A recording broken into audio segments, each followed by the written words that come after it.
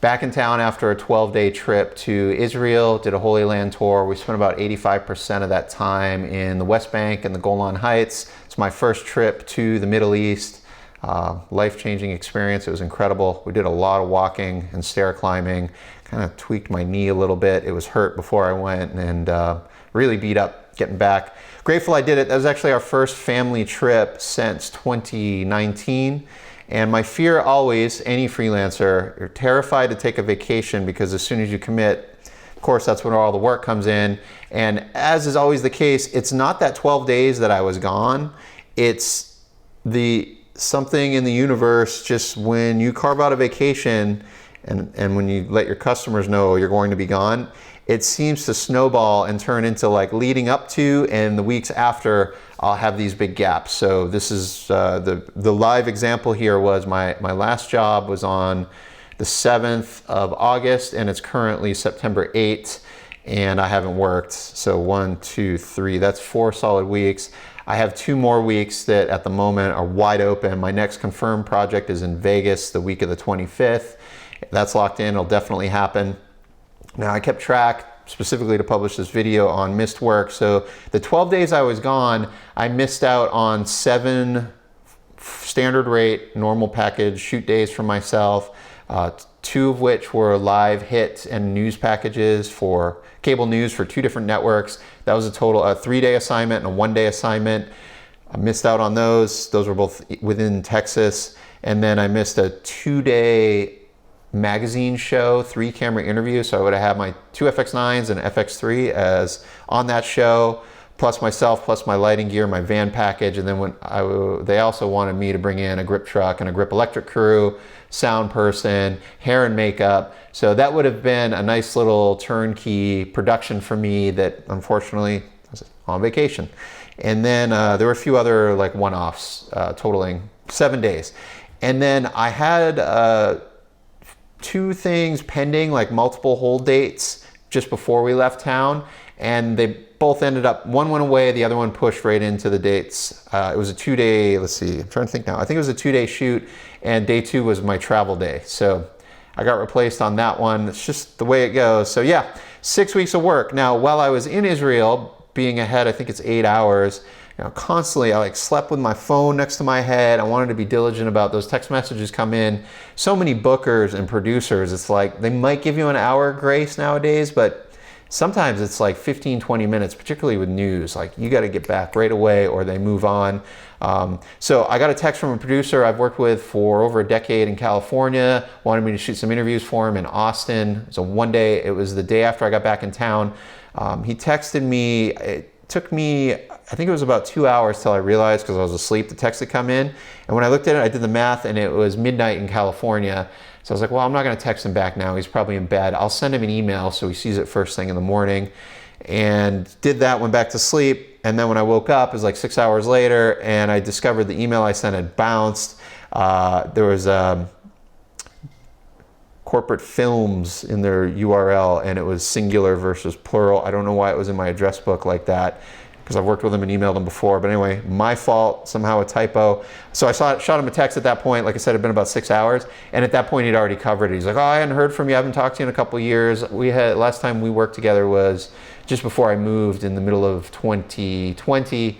So even though I have this long-term relationship, it's been a 3-year gap. I didn't get back within 6 hours. Totally understandable.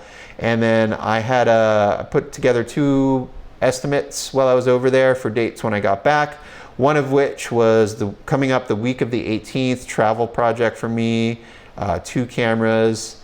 And week of the 18th, it was a firm hold, estimate approved, standard rate. And then this morning, they asked me if I could do the following week, the week of the 25th. And unfortunately, that is at the moment my only confirmed job. I'm in Vegas the week of the 25th. So that's how it goes. It looks like the 12-day vacation has cost me a gap of 6 weeks of not working. The cash flow management side of that, I mean, I prepared for it, but I've got a reserve fund and a business savings account. So I moved that over to cover bills on the 1st. And the double hit is when I get back to working at the end of the month. It's going to be 30 days until these new jobs, best case 30 days, until the checks start coming in from these media companies and corporate clients. Net 30, 60, 90 is the majority of the people I work for. Unfortunately, that's just kind of the way it is. So next month, even though I'll be working, I'm probably going to have to burn some of my business savings just to carry the business until the next wave of checks comes in. All right, so this week, since I don't have any BTS to review, thought we'd talk a bit about my perspective behind the camera listening to interviews for 25 years. I mean, I've done like sports, news, long format documentaries, dialogue driven like feature films, or like scripted commercials that are dialogue based, and listening to the directors try to coach actors, or sometimes they're like customers or real people providing testimonials, but it's scripted, or it's framed as questions, but the lawyers have made it legal speak in the way that the subjects have to respond. So you get these just wooden, difficult to edit, non-compelling responses. So I don't have the magic fixes for any of these, but here are a few things I've stumbled my way into that can help to get a soundbite when the subject conducting the interview is struggling to make it happen. So this is mostly applies, or I'd say this exclusively applies to corporate video interviews. Like journalists, they've got to figure it out. They've got a plan or an agenda, and they know how to execute an interview. And I found too, with standard traditional media, almost always the person you're interviewing is very media savvy, so they already know how to respond and speak and frame their responses in editable, friendly segments. But corporate folks, I'd say 50% of the time it's the inverse. And then the other struggle is it's usually the subject on camera, it's one of their peers or coworkers that's conducting the interview. So they already have a relationship and a rapport established, and they speak the same corporate vocabulary and acronyms, and that doesn't necessarily yield a nice interview, even if the video audience is targeted at that corporate peer group. In the past, before I was able to specialize on just being a director of photography and not involved in post-production, I was a partner at a production company where we would shoot a lot of corporate marketing, fundraising, and training videos. And one of the verticals where we were successful were fundraising videos for hospitals and medical groups. So like local community hospital or children's hospital. We had several clients in that space. And in each case, that hospital would have an in-house fundraising department with staff. And we would do these testimonials with these high net worth individuals or CEOs of companies that made big corporate donations. And these are like 7-8 figure singular donations to the hospital, big number stuff. And these are people that have very finite amount of time. And so there was always like a lot of nerves and stress around like, we only have this person for a few minutes. We got to be ready. We got to look professional. And the staff member from the hospital would be insistent on conducting the interview. So in the case of like a doctor, you get them in the chair, and then the person asking the questions would like bust out the paper, and then they would like do this. Like, so Dr. XYZ, tell me about the context of the, and they'd go on for like 5 sentences, this like nuanced multi-point series of questions, and then like let the doc just talk. And doctors in particular seem to struggle when they just like drone on, and they will tend to speak in like a difficult to edit monotone pace. And then for me, as one of the partners on the production, we had an approved estimate based on a fixed cost to shoot it and edit it. And when I couldn't conduct the interview, I didn't have control over how much footage we were going to end up with or how much time it would take to edit. So the first few we did, we put the RFP together based on the notion that like we would efficiently run the interview, and then you get into it with this new client and they are insistent they want to run the interview, so you let them run the interview, and then I'd have these massive cost overruns on the post side that I couldn't carry back to the customer. So one of the things I figured out eventually, and once you do project 2, 3, 4, 5 with the same client, you get in a good flow, but I would let that process play out and then try to do a second pass on just a few questions. I wouldn't do the whole thing, and I would ask them just to reframe it. Like, I'm sorry, I'm just the camera guy, but can you explain for me or for someone not in healthcare, like, how does this new ultrasound machine work for me, the patient? And then the doc would like turn on their patient charm and explain it in a simplified and concise manner. But I think if I went out of the gate with that frame of question initially, it wouldn't have elicited the same response. So it's like you got to let them go through the mechanics. and let the clients feel confident they've done things in the legalese approved structured way, but then I can go back and get the one that I know I'll be able to quickly edit.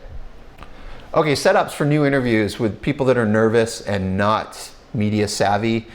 This applies to probably half the corporate content I do. Is whoever's conducting the interview, you know, they'll set it up, the intros, with like, okay, so we're gonna ask what your name and your title is. That's just for the editor. We may or may not use it in the edit, but it's just so we can identify who you are later.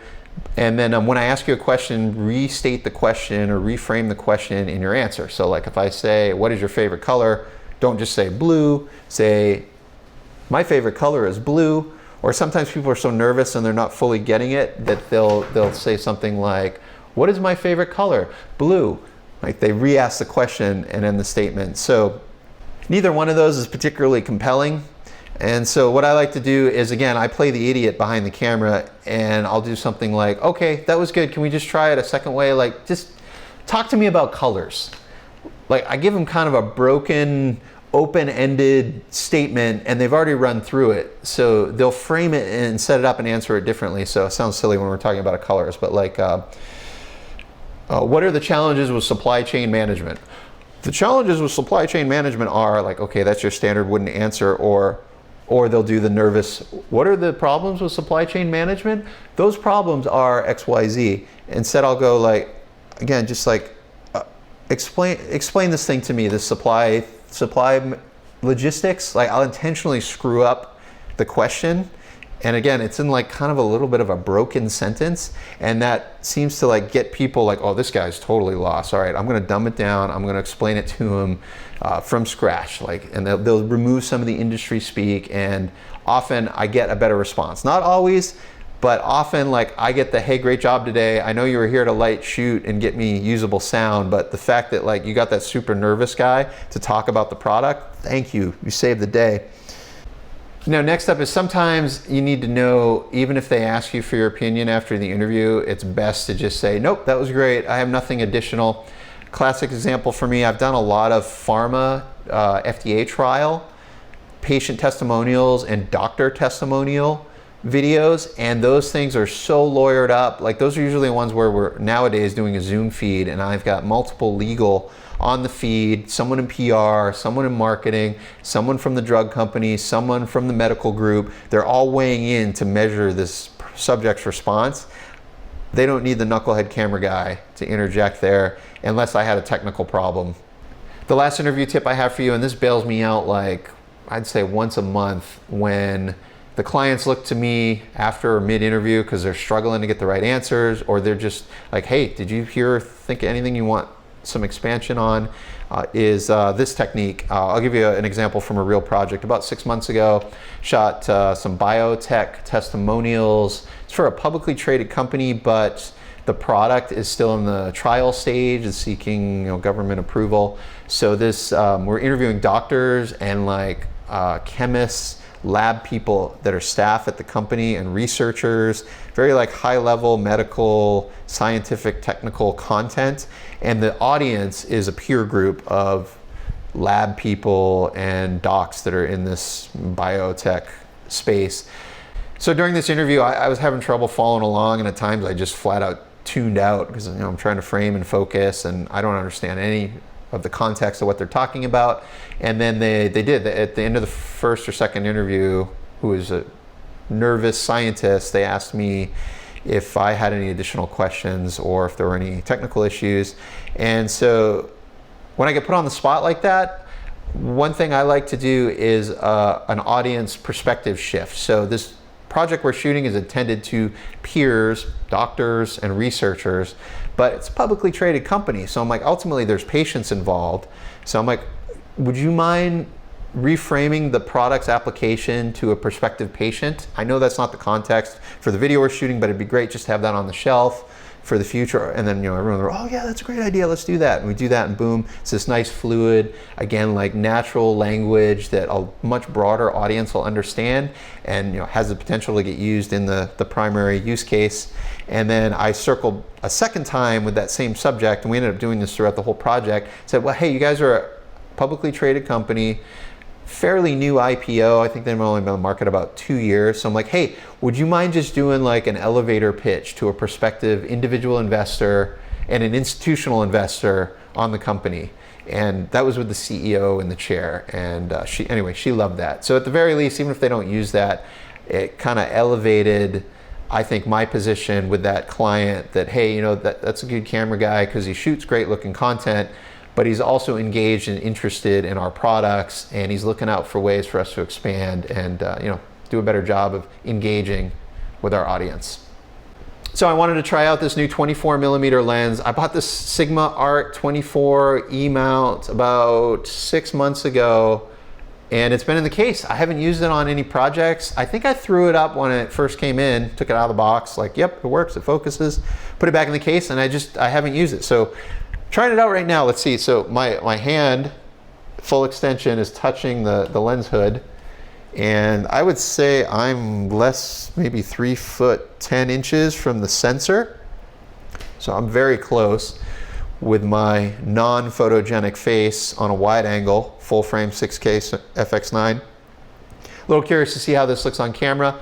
I'm running just an aperture, I think it's a 16-inch softbox on a 300D. It's set to 44 on the dimmer, and I've got some ND rolled in. Let's see, we are ISO 800, ND 1/128, 180 shutter, ISO 800. Aperture is a 1.4, and look at that, I'm right up almost, I think, to minimum focus. Oh no, I don't know, is my eye sharp right there? Let's continue the discussion in the comments below. Do you have a tip or two to salvage interviews that have gone off the rails? How to correct nervous people, kind of snap them out of that jitteriness? How do you wrestle with the PR and the legal team in a corporate video when you know the wooden, complex language you're capturing is not going to result in a video that people will watch? How do you salvage it and maintain the relationship with your clients? That's it for this week. Thanks for watching.